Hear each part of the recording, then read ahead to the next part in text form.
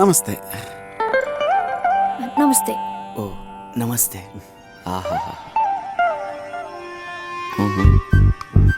ನೋಡಿರೋ ಇಷ್ಟು ಜನದಲ್ಲಿ ಇವರೇ ಬೆಸ್ಟ್ ಅನ್ಸುತ್ತೆ. ಲಾಕ್ ಮಾಡ್ಕೊ. ಇಷ್ಟು ದಿನ ಓಡಿಸ್ಕೊಂಡ್ರೆ ಸಾಲ್ದ, ಬೇರೆ ಥರ ಟ್ರೈ ಮಾಡ್ತೀನಿ. ಅಂಕಲ್, ನಾನು ಬೆಳಿಗ್ಗೆ ಎದ್ದಿದ ತಕ್ಷಣ ಹ್ಯಾಂಗೋವರ್ ಪೆಗ್ಗೊಡ್ದು ಅಭ್ಯಾಸ. ನಂಗೆ ಇದಕ್ಕಿಂತ ಮುಂಚೆ ಒಂದು 6 ರಿಂದ 7 ಜನ ಹುಡುಗಿರ ಜೊತೆ ಬ್ರೇಕಪ್ ಮಾಡ್ಕೊಂಡಿದ್ದೀನಿ.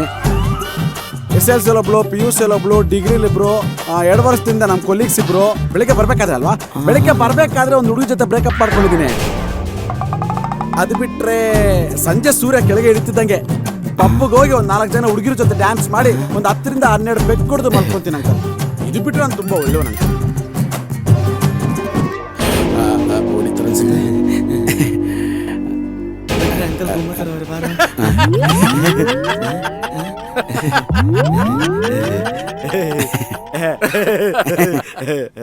ನೀವ್ ಹಿಂಗ್ ಓಪನ್ ಆಗಿ ಮಾತಾಡ್ಲಿ ಅಂತಾನೆ ನಾನು ಸುಮ್ಮನೆ ಕುಂತಿದ್ದೆ.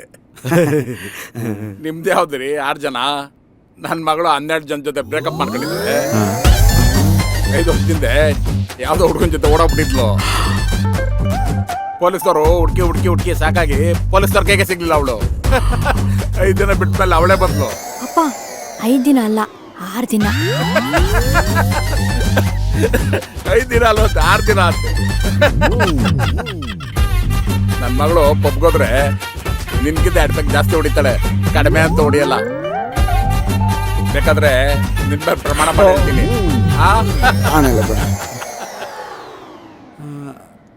ನಿಮ್ಮ ಮಗಳು ನೋಡಿದ್ರೆ ಹಂಗೆ ಕಾಣಿಸ್ತಾ ಇಲ್ವಲ್ಲ ಅಂಕಲ್?